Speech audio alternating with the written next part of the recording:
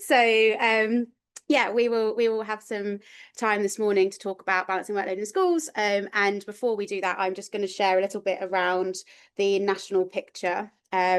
So as part of our survey, we ask school and trust staff how often they feel overworked. And this is one of the questions that we see time and time again coming out as one of our least positive areas. The way that we kind of analyze our data is look at the two most positive answers and see kind of how that compares to the two most positive answers across other questions. Two most positive answers here being rarely or never feeling overworked, and in the previous academic year, which is where we kind of based our thinking for the awards, we found that only 12% of staff rarely or never felt overworked. And as I said, consistently, this comes out as an area that is a struggle in schools across and trusts across the country. This was the reason why we chose Workload as one of our first major awards that we were going to present, and I believe Ernest shared in the previous session a little bit about our awards, but just to kind of summarize what the thinking behind that is let's take some of these really meaty issues and let's find the schools and trusts within our network who are doing kind of the best at those really meaty issues. So with this one in particular, we had a look at those who are furthest above the national benchmark for this particular question, and we looked at differences. We looked at the furthest above benchmark for primaries, and we looked at the furthest above benchmark for secondaries. But as a piece of context, as I say, there's kind of 12% of staff in the country rarely or never feeling overworked. And the schools and trusts that we kind of highlighted are these ones here. We have Athena, Co-op, Embark, Engage, Enrich, Excel, Futura, Infinity, Red Kite, Search, TEDRAG, and Trinity. These were the trusts that had schools within them where staff are significantly more positive around their workload.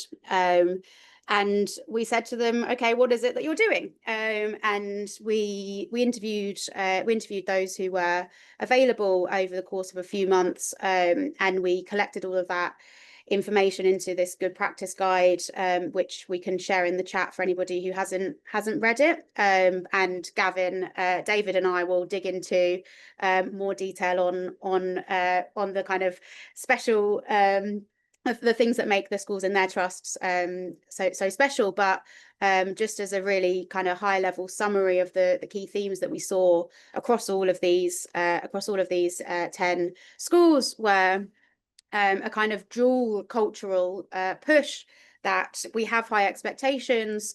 This is an important job that we're doing. This is about us building the next generation of our society. It's not right for us to aim to make this easy because it is so important that having an easy time of delivering it is not necessarily going to help us meet those expectations when the stakes are so high.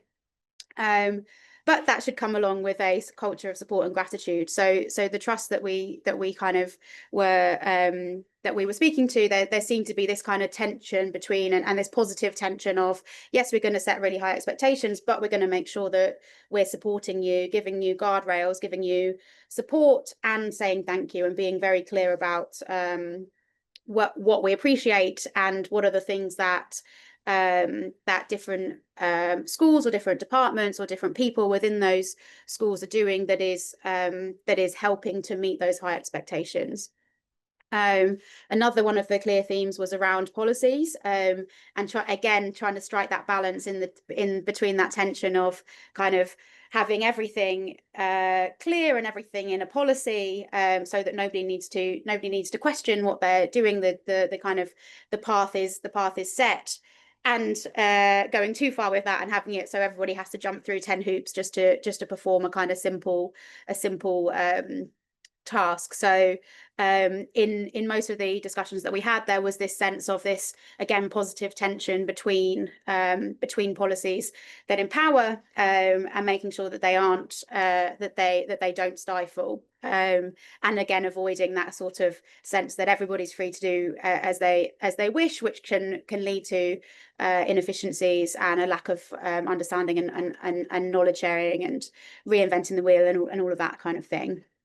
And the last major theme that came out was a comfort with experimentation. So I think each time I asked somebody, is there anything that they'd done in their kind of quest to balance workload in their school, I think everybody that I asked sort of chuckled a bit and said, oh yeah, there's loads of things that we tried and they didn't work, and but we've learned from it, and therefore this is kind of how we're pushing forwards. And this kind of sense that actually we can always get better. And even though, going back to the first point, this isn't about eradicating workload, this is the job that teachers are doing, and the job that school staff more broadly are doing is important enough that we shouldn't be trying just to make it easy. That's not what we should be optimizing for, but we should always be pushing forward and trying new things, and where possible looking for ways to kind of make things a little bit simpler, or at least to reduce complexity where there isn't a need for it to be there. So those were the kind of that was the kind of backdrop of the discussions that we had. As I mentioned, we have two of the award winners on the line today. We have David from Engage, Enrich, Excel, and we have Gavin from Infinity Academies Trust. And we're going to now spend some time. I think we've got around 35 minutes left of the session. We're going to spend some time now hearing from both, and hearing a little bit about the context of the schools. At Engage, Enrich, Excel Academies, the winning school was Ravenscote Junior School, and at Infinity it was St Nicholas Church of England Primary. So we'll hear a little bit about the context of those schools, what's the kind of background, what are things for us to and knowledge about the schools and the environment itself, and then we'll have a nice discussion around what are the things that David and Gavin and colleagues have done at those schools to achieve the kind of much more positive outcomes when it comes to workload for their staff. So with that, I'm going to stop sharing my screen, and I'm going to hand over first of all to David to say hello to everybody and share a bit about Ravenscote. Thanks, Iona, and good morning, everybody. Yeah, so I'm the trust leader at the AAA Academies, and we're an academy of 8 schools, all primary based. And Ravenscote Junior School was the founding school of the trust. It's a 5-form entry junior school with a range of issues and challenges like there are in most schools. It's low EAL but high SEN. But that varies year on year. And like all our schools, very unique to their context and their community. You know, our schools are very different. We come together through our deep values of belong, respect, and empower. And what we hope to achieve is leaving a long-lasting difference and a deep sense of understanding and belonging.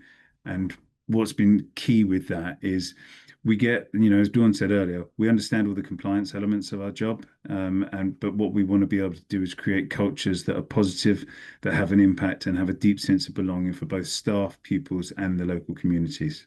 Is that enough, Iona, for now? Yeah, that's lovely. Thank you. Gavin, how about you? Yeah, morning, everybody. My name's Gavin Booth. I'm the Chief Exec for Infinity Academies Trust. We're a 13 school now, multi-academy trust, all primary, based in Lincolnshire. So we have a broad range of types of schools. Our smallest school has 26 children in it, in a very small village, up to schools that are 2-form entry are our largest schools, and every kind of shade of school type in between. We're a church mat as well. The school that won the awards, St Nicholas Church of England Primary, is our only sponsored academy. As a sponsored academy back in 2019. It's got a particular context. I think it was once in the top 10% most deprived wards in England. 60% EAL, 45% SEND, 45% PP, much of what most of you are used to. but it's been on a really interesting and rapid improvement journey. Now a good school, and a school that's outperforming national. And so it's really interesting to see in what we would consider to be one of our most challenging schools, that from a workload and staff wellbeing perspective, that we're achieving such high outcomes. And that's a really fascinating thing for us as a trust to unpick and to work really hard to replicate, because across our schools, like we have a range of schools, we have a range of performance in this measure. So some of our schools, you know, workload is still a big issue for them. In this school particularly, it's something that they've worked really hard at, and we've seen some really positive ground gained there. So that's us. Lovely. And I'm going to start with the big question. I'll put it to both of you, but I'll go to Gavin, you first, as you're still looming large on the screen. Why is workload why are staff at the school so positive about workload?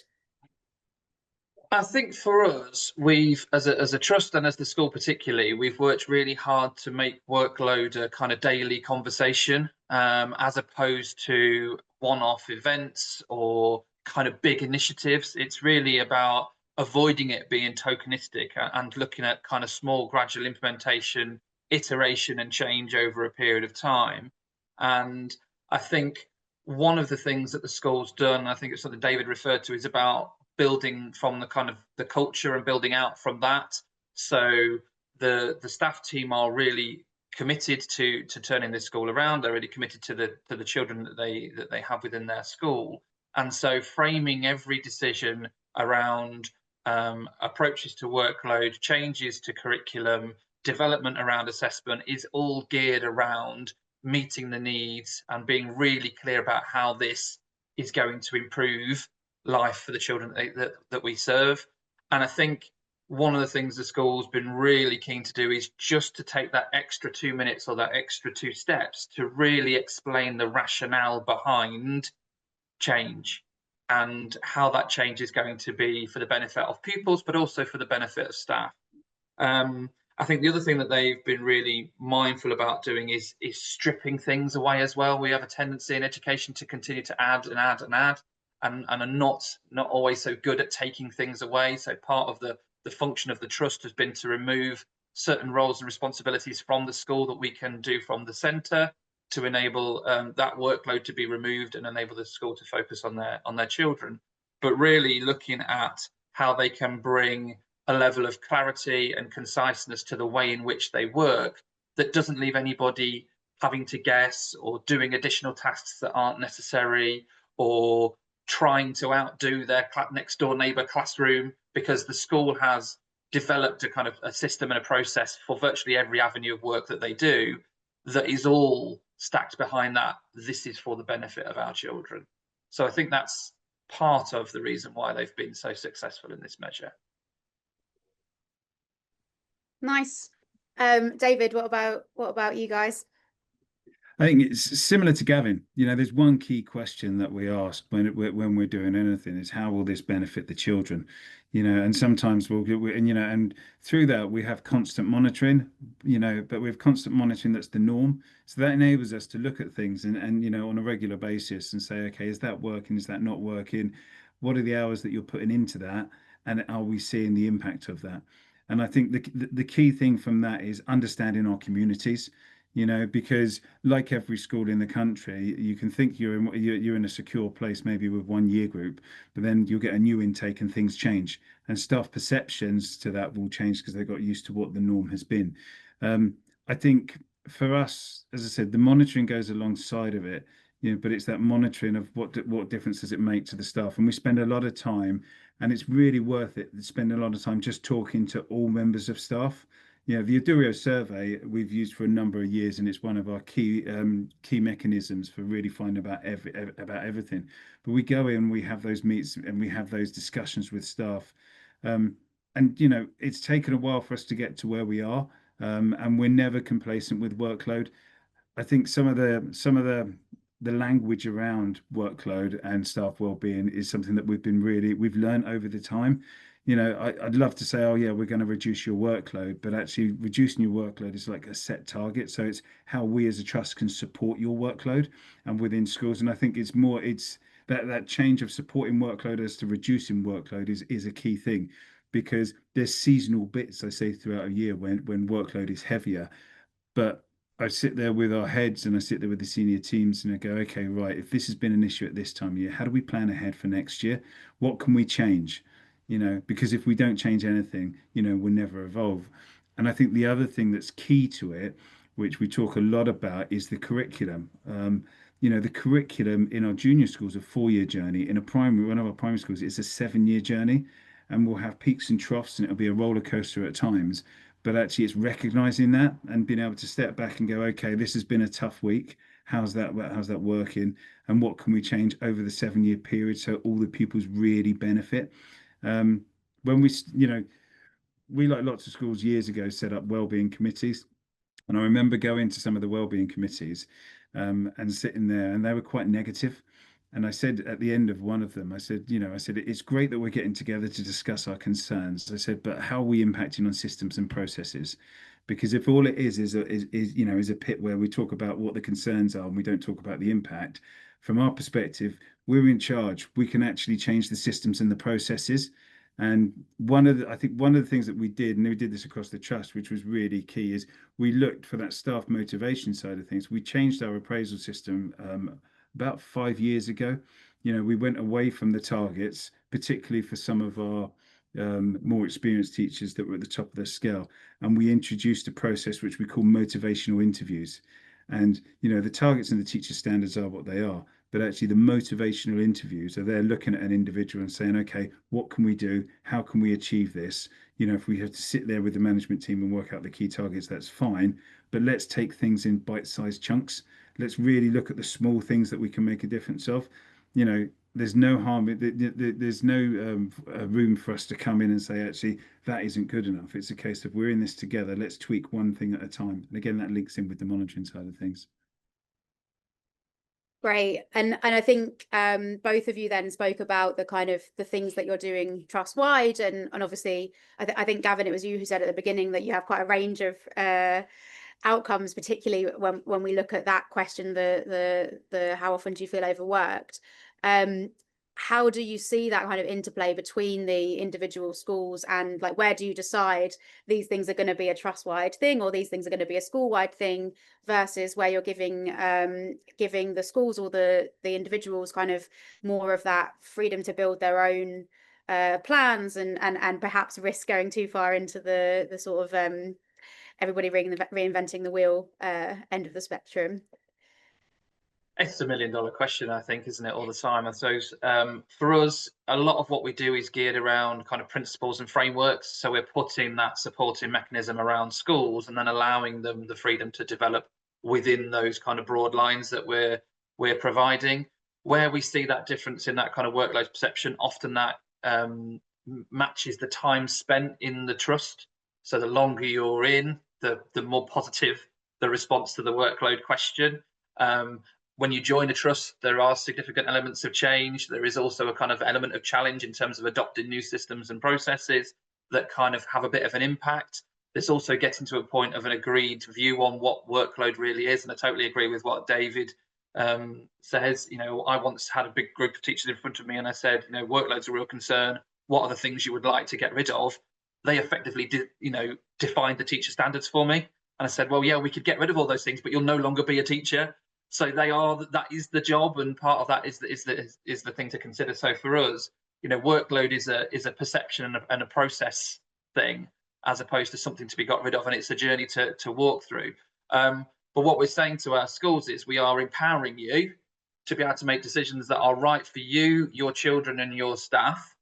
But we have expectations around what that looks like. So we're not a particularly highly standardized trust in terms of from school to school, but we do expect a level of standardization within an individual school. So it's essentially saying to the school, what is your approach?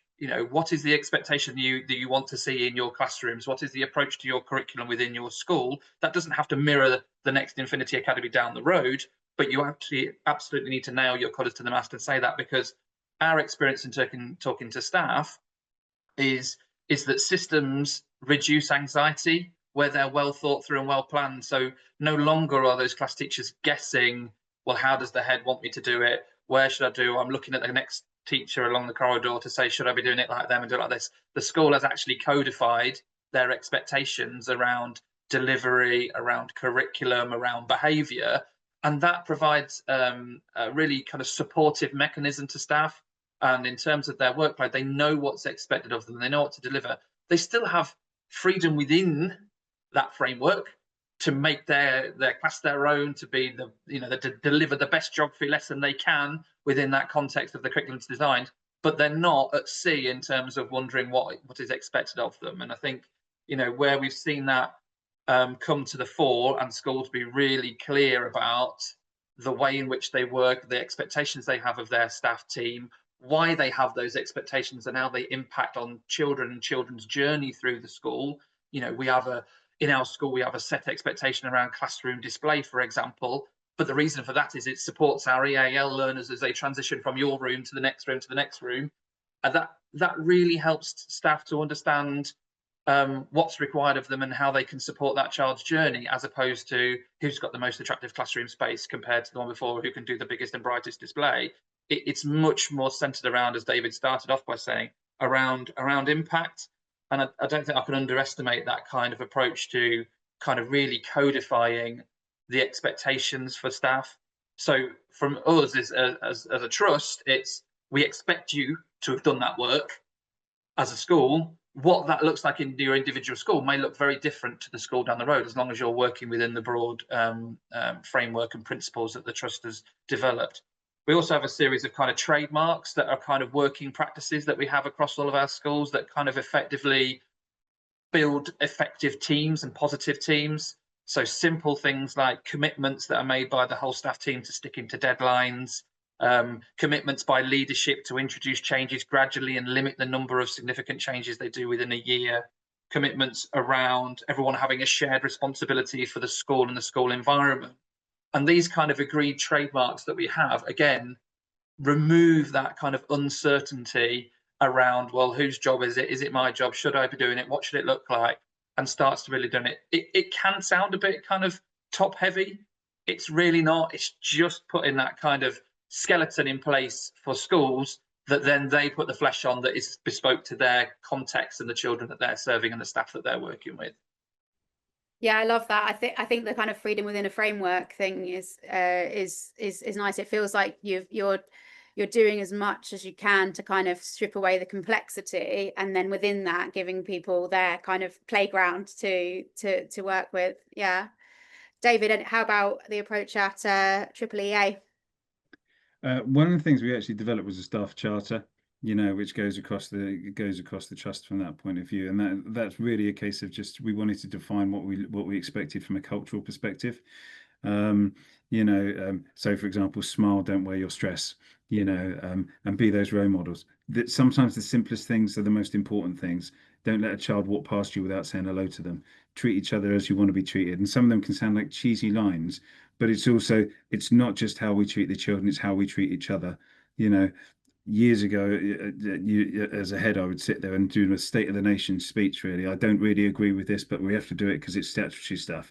Now we sit there and go, we know what we need to do. Okay, how can we do it in the best possible versions of ourselves? And you know, the thing is that we want to be able to do is we want to empower our staff as much as we empower our children and our communities. And to be able to do that, I say as adults, what we can do is we can do lots of organisation and, like Gavin said, lots of forward planning. You know, we might not be able to achieve something next week, but in a year's time, we think we can make a dent in it. You know, so from that perspective, it's looking at the simplest of things to do around workload. And I give an example. And this is something that goes across our trust, which has worked in some and not others. So we had it, and whereby we would get emails sent to us at the weekend by parents, say on a Saturday morning, you know, a 2-page email, not now the AI sophisticated emails that you get from parents, but you'd get it, and it would come in on a Saturday morning. It would be potentially, you know, it'd be very negative, and then that would be a drain. And I experienced that as a head, and all your whole weekend was then taken up by worrying about what you can do. The parents fired off the email, but at the same time, there's nothing you can do till Monday morning. And this went on for a while. And then I just turned around to one of our IT people and said, is there any chance we could turn our emails off at the weekend? And they said, oh, yes, we could do that. So actually, what we do is we turn our emails off at 6 every evening, and we turn them off all over the weekend. Um, and that there was a nervousness about doing that at first because they were like, "What about if there's an issue, or what do we do? You know, if there's something that happens." And we did that, and I said, let's give it let's try it over a week. We started in one school. We did it over the first over 2 weeks. All of a sudden, the feedback from staff was, I've got my weekends back. I don't worry if I want to do a little bit of work at the weekend, just it helps me get ahead. That's fine, but I don't have that negativity coming in, which then consumes me all over the weekend. Now, some schools and we have this in all our schools. Some schools have tweaked with it and gone up and down with it, but actually it works really well. It took some training with our parents, and it took some training with our staff initially, because parents were like, I want access all the time. And I was like, look, I said, you can't have access 24/7 to us. And the people that were being negative about it when we introduced it, I said, look, I'm not being rude, but you sent me an email at 1 o'clock in the morning. It's not productive, and we've got to look after. And again, it's just a simple thing that enables us to look after our staff. And one woman said to me, that was a teacher in year 6 at the time, said, I can now actually go into the weekend and relax with my family. That sort of stuff is like really, really, really powerful. Now, of course, that was 5 years ago. We move on to that, and that's seen as an expectation amongst staff. So that now that, so which is really good, but it helps manage their workload. There's some things that we had to tweak around it because of after school care clubs and things like that. But generally, that's been received really, really positively. We did get staff worrying that at 8 o'clock on a Monday that they would get a flurry of emails coming in. And we said, don't worry, because we have, like most schools, we have procedures around when we will respond to an email from a parent. In the work in this day and age of instant communication, we go with the traditional 5 working days to get a response. And again, people don't like that, but we stick to the policy, because when you look at how you support workload, there's 2 types of workload in school. There's the workload that happens between 8:30 and 3:30, and there's the workload that happens outside that. And both those elements, need monitoring and checking in on. And that's gone down really well with the staff. It's gone down, it's been accepted by the community because it's been embedded for a while. And it's one thing that, every time a school has come on board, we've said, this is what we think you should do because it's worked there. It's not you have to do it, but when they test it, they look at it and they go, oh, actually, that works. It doesn't stop staff emailing each other, but it stops those external. And what it doesn't do is load them all up so they all come in. So the parent, if in that example of the Saturday, they might be very angry with something, they've emailed on the Saturday, it gives them then 2 days to think about whether they actually are going to then on the Monday, once they've calmed down, send it in. But just a simple example of something that's worked really well. Yeah, I think when we did the interviews for the guide, maybe there was 1 or 2 trusts that didn't have an email policy, but I think pretty much there was an email policy that was one of the key initiatives in most of the people that we interviewed. What was interesting to me was that they weren't the same policy. So yours is the kind of evenings and weekends. There was one that said something like the first 5 weeks of the summer holidays, no emails to be sent. And the rationale behind that I thought was really nice, that say I want to do 1 week of planning for next year during my 1 week in the holidays, I'm going to spend my time planning for the autumn term. I could do that in the first week of the summer holidays, or I could do that in the 5th week of the summer holidays. My colleague then, who's done that later in the break, might see all these emails going around and think, oh gosh, what's name down the corridor is already prepped for next year, I'm so behind. But actually you're going to have the time to do that, you just haven't done it yet. So the trust said no emails in the first 5 weeks of the holidays, so everybody that might want to give an update, might want to share things before we go back to school, they can do that, but in a way that is happening kind of all at the same time, and not in a way that sort of is going to create, like Gavin, you said, around the kind of competition between each other. Not trying to eradicate that sort of sense that some people are further ahead than others. And I think that's really nice.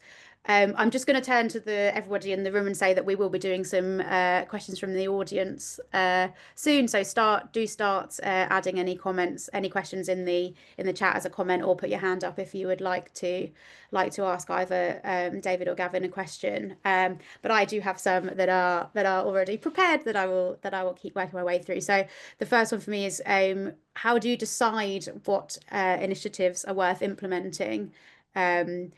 And which ones you sort of might have considered but decided actually this isn't worth it at the moment. Okay, so how do we decide?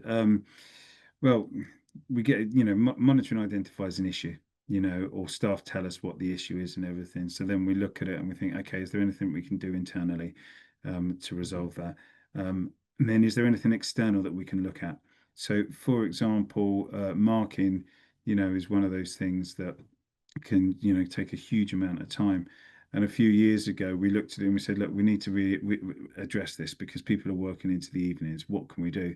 So we took a research approach. We visited some schools in London, and they were and they had introduced live marking, so in the moment, in the lesson marking. And so we did some research, looked at that, and then introduced it into all our schools. Which went down well in some and not others. And I think, Gavin talked about it depends where the school is on a journey. For some of those more stable staff and those experienced teachers, they embraced live marking and they could do it really well. It meant that all of a sudden marking was completely chopped down. They weren't marking it till all hours at night. For other schools that were on a journey of, they'd had new staff come in and there was a path that they needed to get on to get to those good standards. It wasn't right for them then. They needed that support and that mentoring to show them how to assess in the most appropriate way. The one thing we recognized with it, live marking is great, but we don't do it in English, because actually we needed that level of detail and that level of feedback for the children, because actually we saw over a term, we saw a dip in some of the writing standards. And we went back and the teacher said, we need to be given the feedback in the way we did it before. So we learned from that, but we always take a research-based approach. We'll look at what the issue is. And then one of the things that I said that we have to do as a trust is we need to be looking, nationally to see where people and where good practice is working. And then if need be, we go and visit, we go and have a look and we go, will this fit? Will this align with our values? And that, so that's the key process for us. I think just to add to that a little bit, it's about having that close relationship with staff, just as David talked about, in terms of meeting people regularly, but also informally, and starting to understand the pinch points or the challenges that are generating the workload, and also being able to see, exactly as mentioned earlier on, what is the impact, because there are some things that are high workload, but they're also high impact. And so there's a decision to be made there about, well, actually, if we lost this, what would the detrimental impact of that be if we stopped doing this thing? So I think for us, it's always about kind of listening really carefully to people, exactly that, taking that research-based approach, but also being really mindful that, we are looking at this through a lens of staff don't mind putting the work in if they can see that it's producing results or having an impact. It's when it's those unnecessary tasks, it's those tasks that are duplication or repetition, or I did this last week, or multiple returns for things if you're a trust and you're creating a huge document trail, or things where people ought to be able to self-serve on information in the modern age with all of the shared systems that we have and the technology we have. We shouldn't need people taking information from one system and putting it onto a piece of paper and sending it to somebody else. So for us, in terms of which initiatives are implementing, it's about listening to the people that are at the chalk face, really kind of unpicking what that issue is, and how we can kind of work with them on that, piloting it, being able to show that, but also being respectful of every school being on its journey and every school being different. Because when I talk and look to staff in other schools and in other trusts, sometimes it's that kind of one size fits all model that is the driver behind workload, because you've got teachers who are occasionally feeling frustrated that a system that's been taken from a school 4 times as big with a completely different context and another part of the country has just been kind of, someone's picked that up on a training day, brought it back to their school, dropped it in at the top, and all of a sudden at the chalk face, that's causing all sorts of tensions and difficulties. So it really is about implementing initiatives, but being really sure that we're looking at them all the way along their journey, right to their kind of endpoint, to make sure that we're not creating any additional or unnecessary kind of byproducts of something that looked great when we were somewhere else. Fabulous. Yeah, I refer to it as the one size fits no one approach. Everyone's having to sort of bend a little bit to fit. Ken, I can see you've asked an excellent question. That's going to be the question I ask after this one, because I have another one that's quite sort of quite lofty. Gavin and David, what has sort of surprised you the most in your journey? Is there anything you've done that sort of worked a lot better than you expected? Is there anything you've done that sort of worked a lot worse than you expected it to? I'll just jump in just to change the order. I suppose one of the things that been done at the school, particularly that won the award, which sounds really cringy and wouldn't work everywhere, is staff gratitude journals. And that was initially it developed from that concept of staff shout out boards and just a bit of recognition and, you know, trialing that idea of giving staff a mention in assembly and watching them kind of cower in the corner because they don't want to get the certificate and all those things.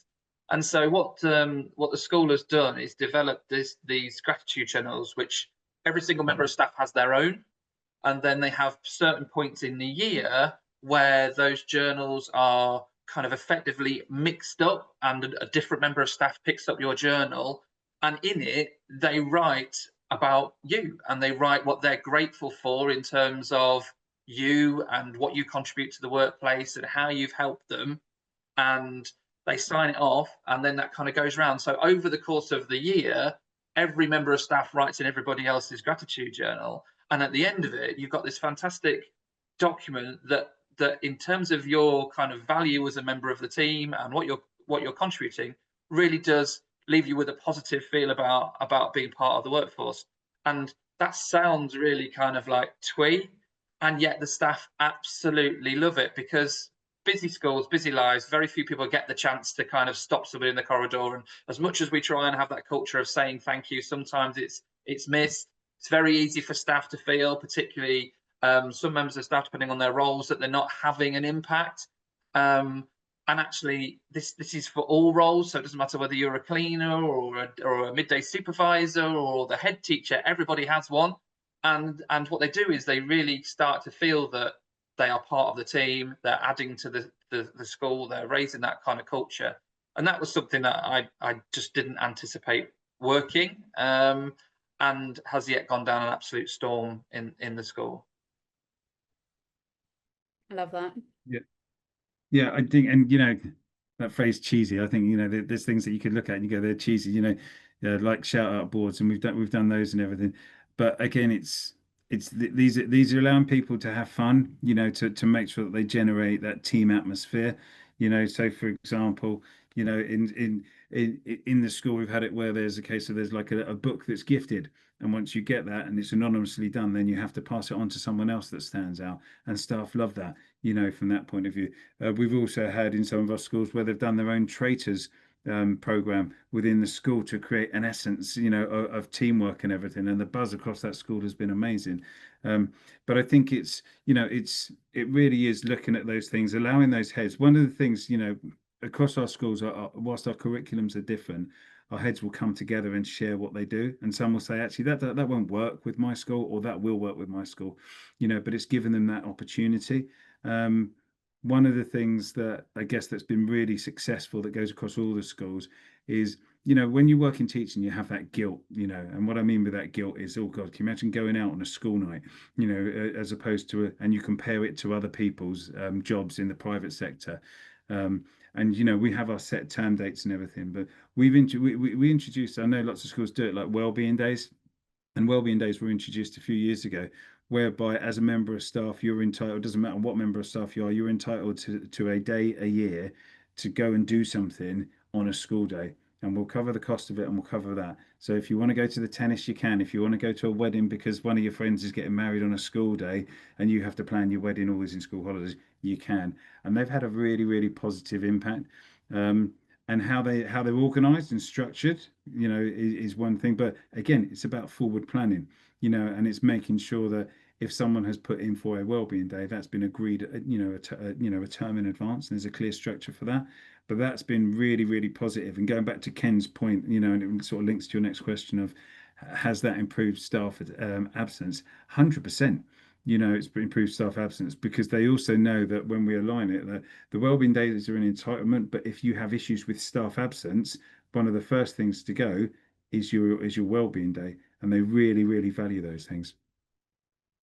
Yeah, absolutely. The topic of wellbeing days came up in a number of the interviews we did for this guide. And what was interesting, quite a lot of the schools that we spoke to had implemented wellbeing days, but there was one particular one where it was in an area of really high deprivation, and they had kind of discussed it and said, actually, the children need consistency more than anything else. So this is one area that we can't support our staff in this way. We need to do whatever we can to have the same member of staff standing up in front of the classroom each day.